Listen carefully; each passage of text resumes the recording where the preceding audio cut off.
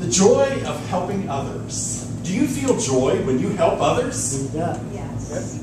Yes, and we've been talking about service here. So the subtitle is really service as a spiritual tool. We are human beings. We're on a spiritual journey, right? And so as spiritual beings on a spiritual journey, as we reach out and help others, as we serve others, wow, we get blessed too. We're helping other people, but it's that boomerang effect because it comes back to us. Did you hear the excitement when Aggie was talking about these people didn't have the consciousness where I'm living, and so I changed my thinking. And now look, she's got this big program going on in December. Wouldn't that be fun to go to? Yes. Wow. Good work, girl. That's great. I love it. I love when those kind of things come about. So how many people knew that yesterday was World Day of Service? Actually, there's several people. And did you do your service yesterday?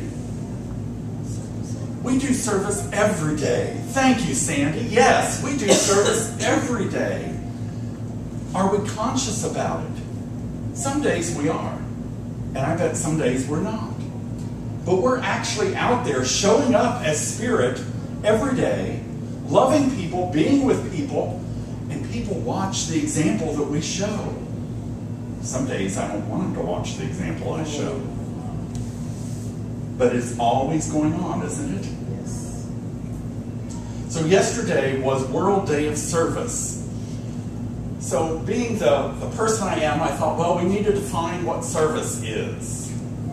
So what is service here? It can be a noun or it can be a verb.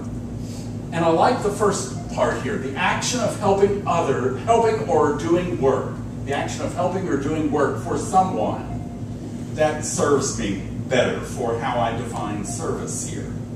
Service can also be defined as a system of supplying a public need, like transportation services, communication services, cable, TV, radio, all this stuff. That's a little big. It's hard for me to see myself fitting into some of that. I certainly utilize those services. Service can also be a verb here. Perform routine maintenance or repair work. And the dictionary talked about, like vehicle, you have your vehicle serviced, or you do preventive maintenance on a machine. The elevator you ride in the building, you want to have preventive maintenance on that, right? So you're not sitting on that elevator for a long time with the buzzer going off trying to get help when it stops. So there's good things about being these types of service. But service also brought down very personal to us is something that we embrace and we do every day. We do service as we reach out. We do a service to ourselves as we do our own spiritual practice. We do a service to ourselves as we eat and we feed ourselves nutritious food, as we clean ourselves, as we sit in meditation and we clear our minds. There's all ways that we serve ourselves. And when we are well served, then we have the energy and the availability to go out and serve others. And as we have received, then we get to give.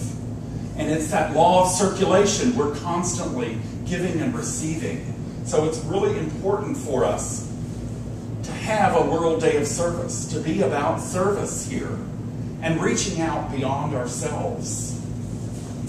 In the Science of Mind textbook, on page 440, Ernest Holmes writes, "When a man's thoughts rest entirely upon himself, he becomes abnormal and unhappy. But when he gives himself with enthusiasm to any legitimate purpose, losing himself in the thing which he is doing, he becomes normal and happy." Well, I don't know about you, but I would like to be normal and happy. He goes on to say, let the one who is sad, depressed, or unhappy find some altruistic purpose into which he may pour his whole being, and he will find a new inflow of life of which he has never dreamed. So as we get outside of ourselves, as we reach out and start to do for others, wow. We have all kinds of new energy that come into life. We get pumped up. It's Aggie saying, you know, wow, I really want to do this. I wish, could I just do a little meditation class or something? Could we do essential oils? I think that's what you were going to start with. And then people got behind it and said, wow, you know, hey, let's do this. What a way. What a way to really help reach out and get other people going. And that's what service to me is about. It's not just me giving, but it's me giving and then other people getting on the bandwagon. Let me give you an example of how what Ernest said, when you focus on yourself, you can become unhappy and abnormal. Several years ago, Tom, my husband, was working. Things were going well in life, and I was saying, we ought to move to Florida. And he said, can't move to Florida until two things. My mother dies, and I retire. Okay, we're going along. His mother, who is almost 101, decides to die. And so she died, and within 6 weeks, he's driving his company car down the road and gets a phone call that says, as of today, your job has just ended. Now, you know, I can get into all the drama about why didn't they tell him to pull off before they gave him that news, because I would have wrecked the car. But, you know, that's the way it happened. And he loves to work crossword puzzles, loves to read books. And so this was a great experience for him to be able to, you know, ease into retirement. And look, I can read this stuff and I can do these crossword puzzles. I can even go to the movie once in a while. And so he was doing this stuff, but after a few months, he started getting unhappy and abnormal.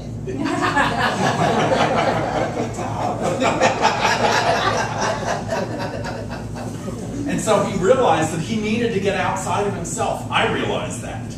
And when we moved to Florida, he would be waiting for me to get done with work so that we could go do something, which gave me all kinds of pressure because all of a sudden I've got to get everything done so that I can stop working so I can go do something with him. It's like, get your own life, go, you know, do your own thing. And then he started volunteering 2 days a week at a local hospital. And it got him out. And then all of a sudden he found this neat place to volunteer at the Bonnet House Museum and Gardens. And so he started volunteering there several days a week. And his life was transformed because all of a sudden he was outside of himself. He was doing service for other people. And life had such meaning, it came rushing to him. And he did such a good job at the Bonnet House that now they've asked him to come on staff. So he's been working there several days a week for the last year or so. So it's been a great experience for him, and a way to show that when we focus just on ourselves, when we sit and read our book and do our crossword puzzles and life has no meaning and I'm not reaching outside of myself, your world kind of shrivels. But when we reach outside of ourselves and we go out and we do for other people the service, all of a sudden all kinds of energy comes to us. And that's, for me, that's exciting.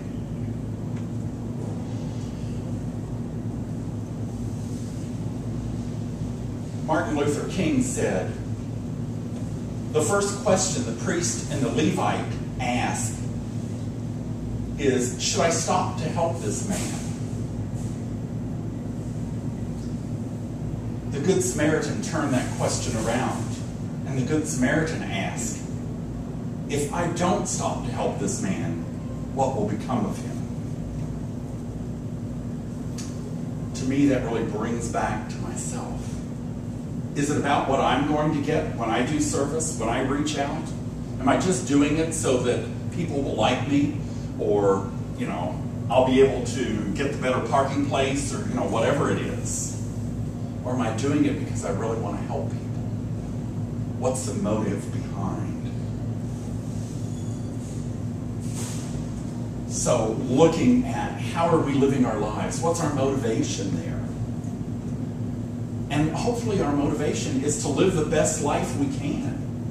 To show up in as many ways as we can. can, expressing love, expressing joy, expressing service. So that people see a full, a vibrant life that they can have too. Because people are drawn to us when we're out doing service. It's important that we do that. So, I'm envisioning, if some of you are like me, that you may be sitting there saying, you know, that's good, but I don't really have any talent. There's nothing I can really do. So let me tell you the story of Brian Anderson. I love this story, and I'll try not to cry, but it always makes me cry. Brian Anderson was a young man who had a wife, was working very hard, was struggling to make his way in the world. And he was driving home one day from work, and he saw this woman standing out in the rain next to her Mercedes that had a flat tire. And so Brian stops and pulls over. And his car's sputtering as he gets out of the car, and she's looking at him because nobody stopped for the last hour, and what is this guy? He's a little rough around the edges, and what's he going to do? Is he going to hurt me? And he could tell, he knew that look of fear in her eyes. And so he went up and he said, I'm here to help you. My name is Brian Anderson. Why don't you wait in the car where it's warm and let me fix your tire? And so she got in the car, and he went to work and eventually got her tire fixed. When he was tightening up the lug nuts, she rolled the window down and started to talk to him and tell him that she was just passing through and she was going back home to St. Louis. And she really appreciated this help, that nobody had stopped in the last hour, and she appreciated what he had done. And when he was finished and he closed the trunk, she said, now what do I owe you? And it just blew him away because he was just helping somebody that needed help. And he wasn't looking at doing this for money. And he said, you don't owe me anything. I'm just doing this to help you. Then he stopped and he said, if you really want to pay me back, the next time you see somebody in need, you reach out and do for them. You help them. And he waited for her to get the car started and to drive on down the road. Well, she went on, and as she drove, she saw this little diner, and she thought, you know, I'm so wet after standing in the rain for this long. I'll stop and I'll get some coffee and I'll warm up and have something to eat. And so she went into the diner. Her waitress just happened to be this woman that was 8 months pregnant. Was still on her feet, working a full shift, not complaining about the aches and pains she was having and being 8 months pregnant and carrying trays and delivering food. And so when the woman paid, she paid with a $100 bill. And the waitress went to get change for the $100 bill. And when she came back with the change, the woman was gone. And the waitress noticed that there was a note on the table, in the napkin. And she read the note and it said, you owe me nothing. But do this. When you see someone in need, you help them out. I'm helping you out because I've been there and I know what it's like. And under the napkins were 4 more $100 bills. The woman went home at the end of her shift. She crawled into bed and her husband was asleep and she hugged him. She knew how much that money was going to help them with the baby due the next month. And her husband had been so worried about providing for both of them. And she hugged him and she kissed him and she said, everything is going to be okay. I love you, Brian Anderson. Wow. Wow. What we give out in the world does come back to us. It is a law of circulation. And as we serve, we get served back. So remember, it doesn't matter what you do for service. It can be a small thing, but it really makes a difference. What would service look like for you? If you were doing service in your life, how can you reach out to others? There's opportunities all around us. All we have to do is lift up our eyes and look. There are people that need help. Sometimes it's the person, your neighbor, that just needs a kind word. It's somebody who needs to have somebody sit down and validate them for what they're going through. I have a cycling instructor. I go to the gym, and the cycling teacher I just love, she's a really neat lady, and she was out for a few weeks, and when she came back, I was talking to her, and I found out that her daughter had just committed suicide. And she had spent the last night with her daughter. She knew she was struggling. And she'd come to her mother's house, and her mother was with her, and the girl got up and left in the middle of the night and ended up killing herself. They found her a couple days later. My boss, for my day job, her son committed suicide just 3 months ago. And I've had several conversations with her. And where a lot of my coworkers don't want to talk to her about it, I've allowed her to talk and express, frustration and questioning and all this. And I don't have the answers. But I can hold a container for her to ask the questions. I can let her know that it's okay to question. And she's gotten to the point where she said, because both of these young individuals had, what is it? Bipolar disease. Both of them had gone off their medications. And my boss said, as much pain as my son was in, and as much as I love him, I would never wish him back to this life. And I thought that showed such maturity on her part. And to be able to share that with my cycling instructor. And she said, that's what I'm thinking, but I didn't know how to say it. Sometimes our service is very simple. It's just being there for somebody. Holding the space, holding the container for them to have their experience. We don't have to have the answers. We don't have to change their experience. But we can love them. We can open our hearts to them. It may be somebody that just needs a meal brought in. It may be somebody that needs a ride to the doctor. Does that sound like, something you could do? Some days that would work, wouldn't it?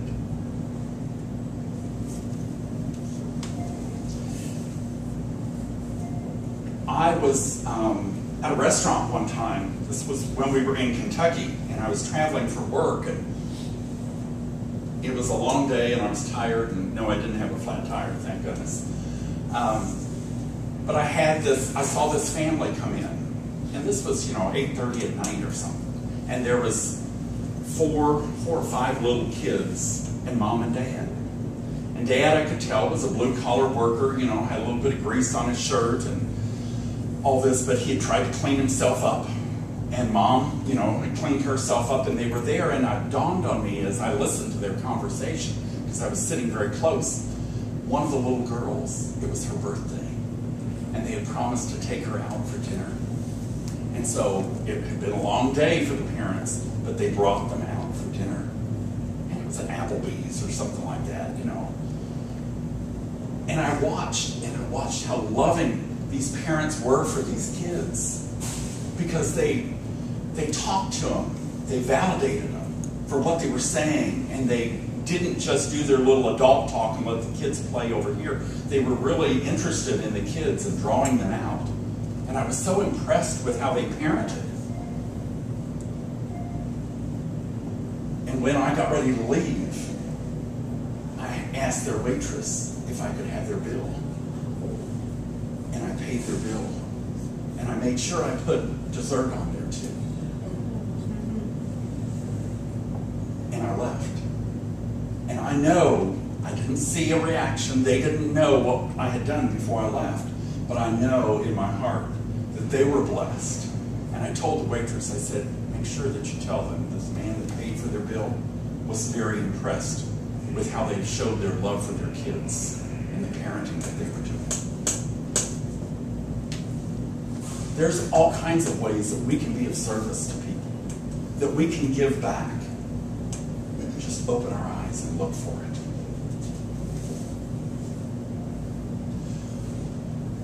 What about as a group? What do we do as a group? Because it's good to do service as individuals, but as a group, we can do. Centers for Spiritual Living Palm Beaches, you are a group. You're a family, and together, Think of the energy that you have. One of the things that I've heard Reverend Marcia talk about is the beach cleanup and how you can do a beach cleanup here. You can all wear your CSL t-shirts. You can be known as a group. How exciting is that? I went onto the website for the Jupiter Beach cleanup and looked at these people. They're having fun. And I even looked up here at this one and I said, I think that's Marcia in the front. I wear the t-shirt. But we have a lot of energy as a group when we meet together and we do things. We do service like that. So I encourage you to think about what can you do as a group? How can you serve the community? How can you reach out past yourselves? And that's what it's about, because as we meet together here on Sundays, as we pray together, we raise the vibration in this area.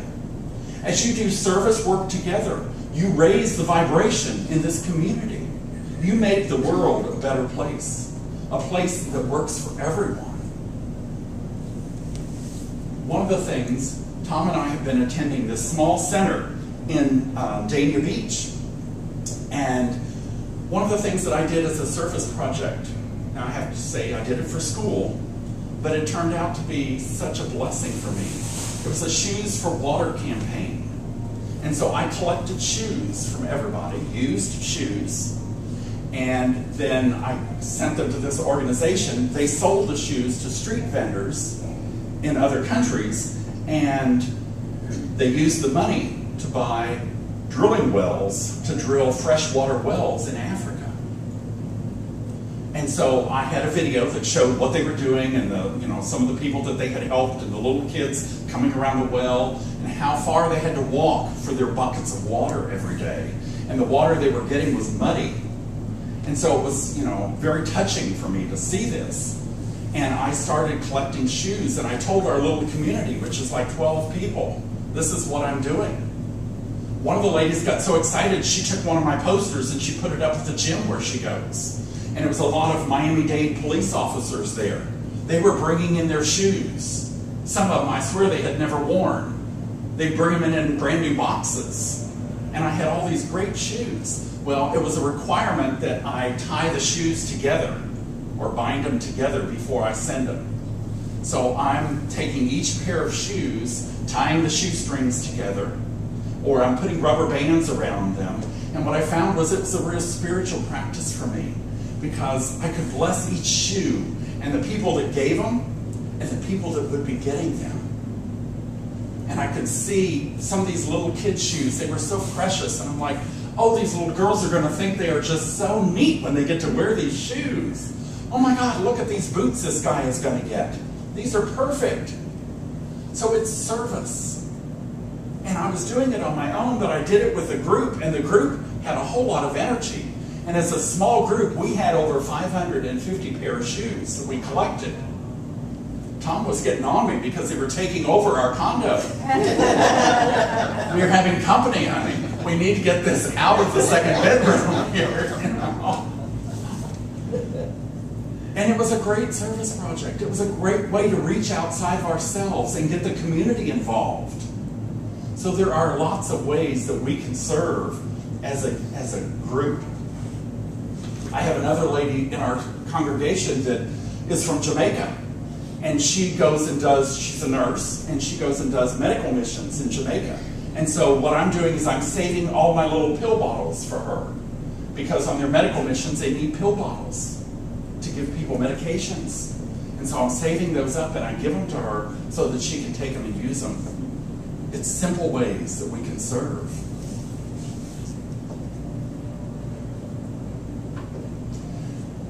I have a story I'd like to share from you from this book, 29 Questions for an Ordinary Life. It's by Reverend Norm Bouchard.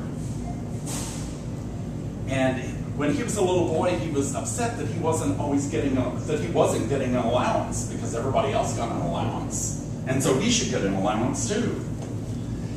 So he said, "Mom, how come we don't get an allowance?" He said his mother looked directly into his eyes and said, "You do get an allowance. We allow you to live here." Well, he said that wasn't the answer he was looking for. But then she proceeded to tell him and lecture him about what it means to be part of a family. And when you proceed to belong to a family, you contribute because you love, not because you get paid for it. To be a member of a family is to work together. It's to look out for each other and to do what you can for each other. It's not about what you can get, but it's rather what you can contribute. So we have talents, treasures. We have ideas that we can share with one another. We are part of a family. And as part of a spiritual family, we can work together to be a great change in the world, to make a difference for people.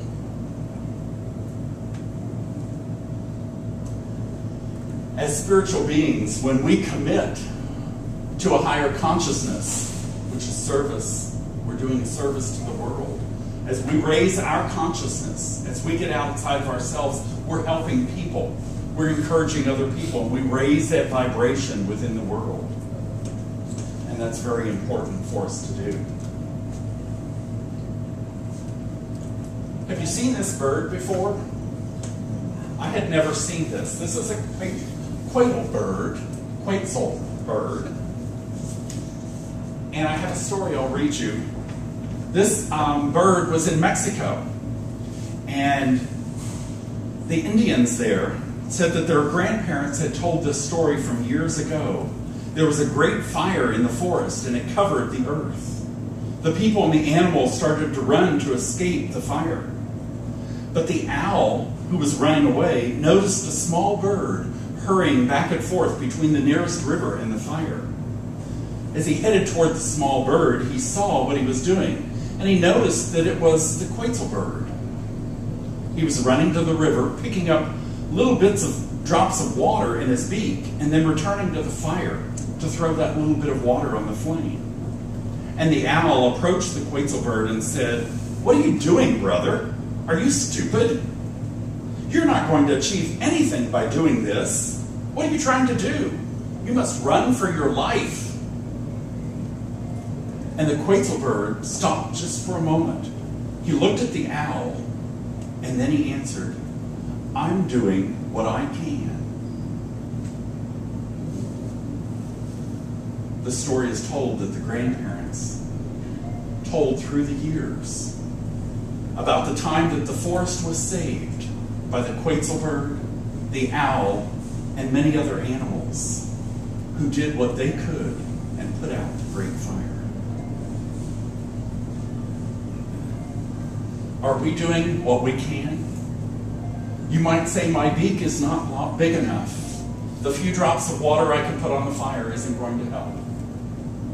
Or will it? Because what we do comes back to us and really does help the world. Okay, one final story I have to share with you. And I have a good picture to go with it. It's dessert. This woman writes that last week she took her children to a restaurant, and her 6-year-old son asked if he could say grace. As they bowed their heads, he said, "God is good, God is great. Thank you for the food. And I would even thank you more if Mom gets us ice cream for dessert. And liberty and justice for all. Amen." Along with the laughter from the other customers, the woman heard a remark. "That's what's wrong with this country. Kids today don't even know how to pray. Asking God for ice cream. Well, I never." Have you heard anybody like that? Yeah. Have you ever said that yourself? Don't hold your hand up. Her son burst into tears when he heard that, and he said, "Did I do it wrong? Is God mad at me?" An elderly gentleman came walking by, and he leaned into the table and he told the little boy, I know that God thinks that was a terrific prayer, and you did that just fine." He winked at the little boy, and the little boy said, "Really? Are you sure?" And the guy said, "Cross my heart, yes." And then He whispered in a loud whisper so everyone could hear. Too bad she never asked God for ice cream. A little ice cream is good for the soul sometimes. So the mom had to say, of course, I bought my kids ice cream at the end of the meal. What surprised her, she said, was her little son who had prayed, sat there for a moment looking at his ice cream. And then he picked up the dish. He walked over and he put it in front of the old lady. And with a big smile, he said, "Here, this is for you. Ice cream is good for the soul sometimes. And my soul is good already." Well, that's cute. Can we give away our ice cream once in a while? Can we encourage children that are praying that their prayer really is good? Can we be the mom that allows their children to pray and you're not old enough to do this? I see all kinds of service in that story. Can we be the old grandpa that walks by and says, "God really did think that was a good prayer. I know it across my heart."